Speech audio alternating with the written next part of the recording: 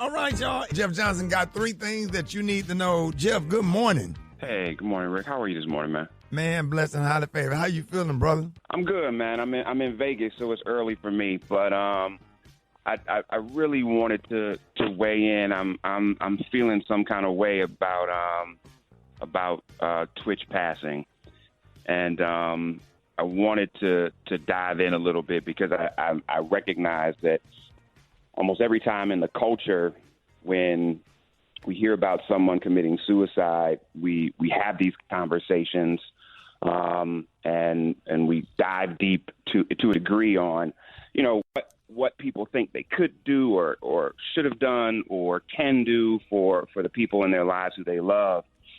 And, what's interesting is that with suicide, I don't know if you know, Rick, that one of the largest demographics of people that are committing suicide is black men. And we don't talk about it a lot. Mm-hmm. We talk about it when stuff like this pops up, but then we just go back to whatever we do, and then we talk about it again, and then we move on. I mean, like we do a lot of things, but it is one of the leading causes of death generally. We, as black men, have one of the highest rates of attempted suicide, and our babies in particular are dealing with this in a way that we've never seen in the history of our country before. And so there is much to when you got professionals that even talk about how difficult it is to always say you see the signs, because there used to be data that talked about, people considering suicide and the number of times that they've thought about it before they've done it. But what we're seeing with our kids is they, in many cases, are thinking about it and then just doing it. And I read a report that talked about it could be a 5 to 10 minute decision before the first time they're thinking about committing suicide and then attempting it. And so what it speaks to, I think, more than anything else, especially for those of us that are not professionals, and I am not a professional, is the fact that we got to lean in with each other as much as possible. And leaning in doesn't mean that we know all the answers. Have you ever been in a place, man, where you actually didn't need anybody to say the right thing? Right. You just needed them to be there? Yeah. Yeah. You didn't need them to know the exact thing to say or say anything at all. But the fact that they called and checked up on you, the fact that they stopped by, the fact that they didn't believe you when you said you was good but you wasn't. And so with as much as we're all trying to do and be on the grind and make things happen and get the bag and be successful and to some degree just survive, the reality is we survive better with each other. Mm-hmm.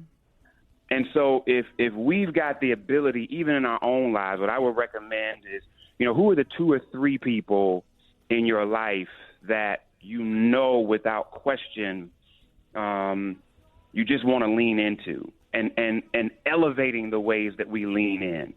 And so, a lot of us will send a text, be like, you good? And then we don't even wait for the response. We just send a "Are you good?" text, and then we keep moving.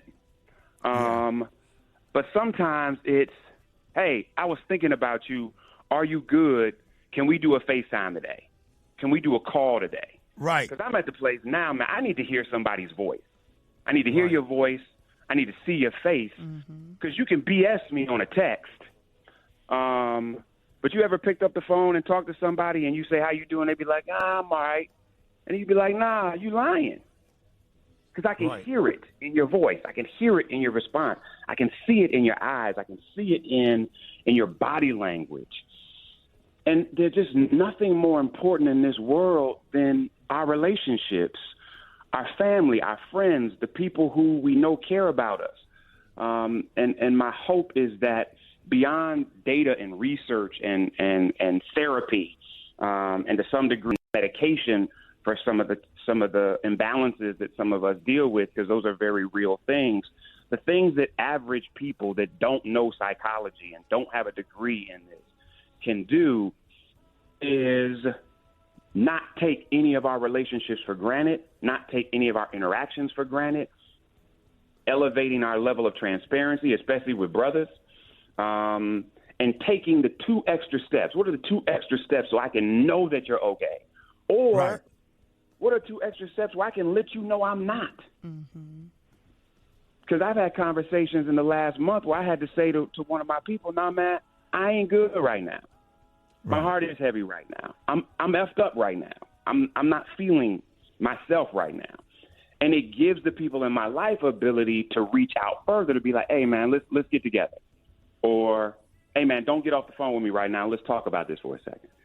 And so leaning in 2 steps and then 2, letting people in 2 steps can go a long way, not necessarily about whether we commit suicide or not, but about us not being isolated.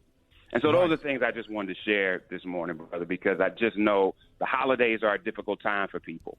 And whether we've lost loved ones or whether we feel like we're where we want to be, or some people, whether they feel like they can do the things they want to do for people in their lives for Christmas, it becomes a challenging emotional time for a lot of us. So let's lean in more, not with gifts, with our hearts. That's what I got for you, Rick, man. Love y'all. All right. Hey, love you too, Jeff, man. Appreciate you always, bro. Absolutely, brother.